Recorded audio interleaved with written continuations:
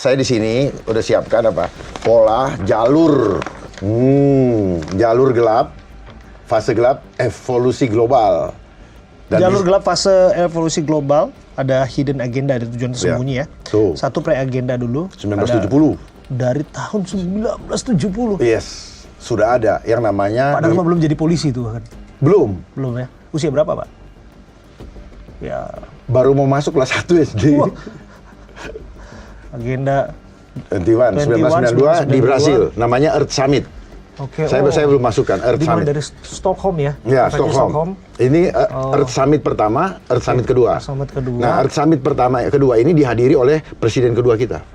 Presiden kedua Pak Soeharto. Ya, di situ disuruh membuat statement negara state should do, jadi state should dia punya pasal-pasal itu. Oke. Gitu. Untuk melaksanakan ada deklarasi 27 isu lingkungan. Oke. Kemudian implementasi. Udah, baca ya, narasinya apa? Apa nih? Proyek Tujuan lokal. agenda apa tuh? Itu agenda pembangunan berkelanjutan. Iya, sudah dari sono. Oke. Terus, terus pilot awal, kontrol populasi dan sumber daya. Ini proyek KB ini. Keluarga berencana ini. Makanya saya cuman keluarga berdua.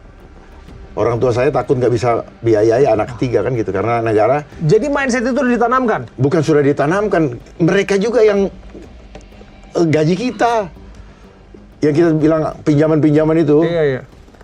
Gitu. Oke, terus ya, pilot silakan kamu adalah yang untuk mengontrol populasi ya, dulu. saya pegang. Kemudian juga implementasi awalnya 1993 sampai 2014. Ini baru saya keluarkan di sini. Lokal, regional. Ini eksklusif nih. Eksklusif. Luar biasa. Karena hadiah ulang tahun.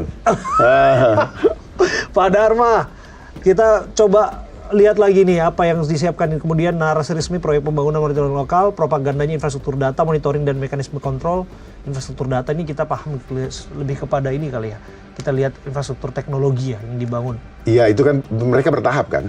Oke, mengumpulkan data populasi, konsumsi perilaku, MDGs. Nah, itu.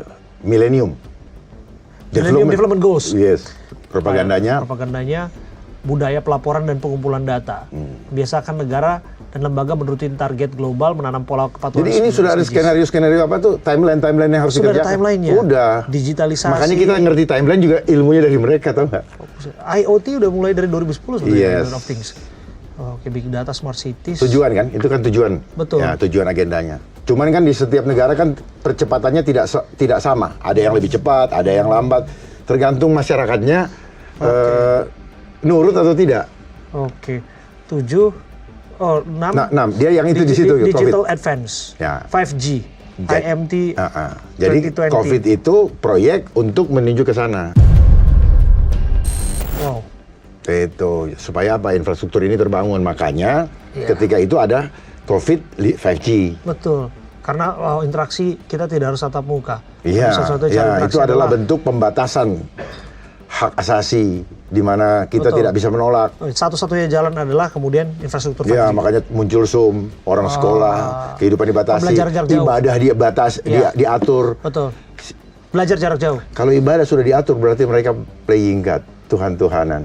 Digital advance. Nah, jadi COVID kemarin adalah high speed connectivity for all. Itulah kenapa saya bilang COVID-19 adalah Certificate of Vaccine Identification. 19-nya AI. Yang dikontrol oleh AI. Nah, ini yang ketujuh nih.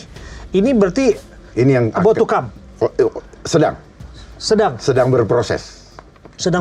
Ya, tergantung kepatuhan Abraham Silaban. Ini kan menuju kepada digital prison ini. Makanya nomor handphone harus pakai biometrik. Betul. Udah selesai kalau itu. E-wallet. Iya, semua udah selesai. Nanti mereka yang kontrol. Face recognition. Kapan boleh belanja, kapan tidak, boleh makan apa, boleh karbonnya berapa, nanti saya buka. Iya nih, infrastruktur 6G, AI. Ini ada AI di sini nih. Artificial Intelligence. Itu kan program mereka juga, adanya kalkulator itu. Mereka yang di sana belum tentu tahu. Kenapa? Karena mereka berpikir hanya untuk kantong dan perutnya. Tidak memikirkan nasib bangsa. Dan menganggap ini adalah program, ini tidak menguntungkan rakyat. Rakyat akan dijadikan objek dominasi dan eksploitasi.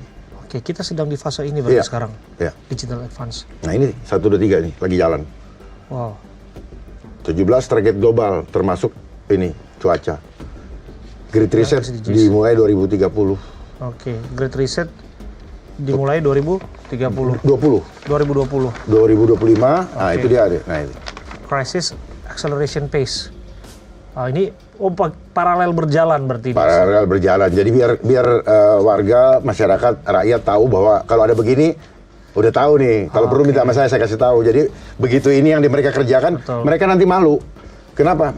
Kita sudah bacain apa yang mereka pernah, sedang, dan akan mereka kerjakan. Memanfaatkan ketakutan ini. Iya, dan krisis untuk memaksa kepatuhan, menyaring lawan resistensi dan digitalisasi. bisnis ini krisis tuh. Woi. Ini kayaknya sudah terjadi tentu ya, pandemi satu. Terus kemudian untuk kemarin internet shutdown yang ada di Iran. Bukan, ini juga cuaca. Itu kan dianggap krisis. Modifikasi cuaca. Loh iya, modifikasi cuaca itu apa? Melanggar hukum alam, melanggar hukum Tuhan. Tuhan ngatur alam. Jangan, Tuhan marah nanti. Nah, kalau disebut Itu kan mitigasi bencana misalnya. Itu bukan bahasanya mereka untuk pembenaran terhadap apa yang dilakukan. Apakah mereka mau kerja kalau nggak ada uangnya? Uangnya, kita bongkar dia punya anggaran.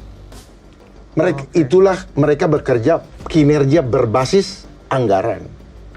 Tanpa anggaran mereka tidur di rumah. Saya bukan masalah di atas angin.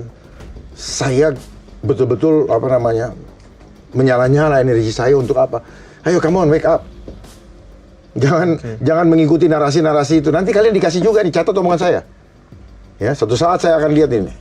Narasinya sama dengan ini nggak? Kalau sama, saya akan bikin video. Abraham, saya udah pernah ngomong. Ya, itu kan kita bicara soal entitas bisnis yang sekarang sedang Saya kesulitan tahu, juga. Bahwa bagaimana kemudian media sekarang layoff di mana-mana, Pak Dharma. Anda juga harus melihat bahwa insan pers hari ini dalam kondisi terjepit. Siapa yang menjepit? Siapa yang menjepit? Banyak layoff karyawan, wartawan sekarang kesulitan. Seorang profesional. Gara-gara kalian dulu ikut di dalam timnya mereka. Akhirnya ekonomi hancur. Itulah yang membuat PHK di mana-mana. Kebijakan membanjirinya bahan-bahan import ke sini, membuat produksi lokal hancur, lapangan pekerjaan nggak bisa lagi ada, PHK massal, termasuk di kawan-kawan jurnalis. Saya pernah lihat di TV yang sampai nangis itu kan, sedih juga saya. Kenapa? Karena kalian dulu ngikutin dia punya pola, mengumumkan COVID jam 4 sore, pecah rekor kayak SEA Games aja. Ini sekarang yang lagi mereka ributkan segala macam lah, tanah. Virus Nipah. Saya rubah namanya jadi Nipuh. Boleh nggak? Itu kan suka-suka mereka. Yang nipu siapa, Pak Dharma? Yang nulis itu nipu. Kenapa nggak COVID? Kenapa nggak Taufik? Kenapa kita ikutin dia punya skrip? Itu kan skrip namanya, Pak.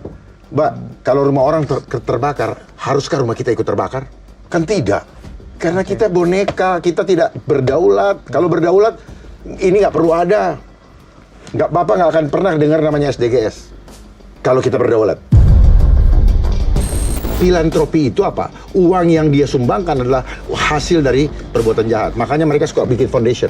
Untuk terkesan amal. Oh iya, terkesan amal. Itu namanya manipulasi. Manipulasi. Manipulasi, bos.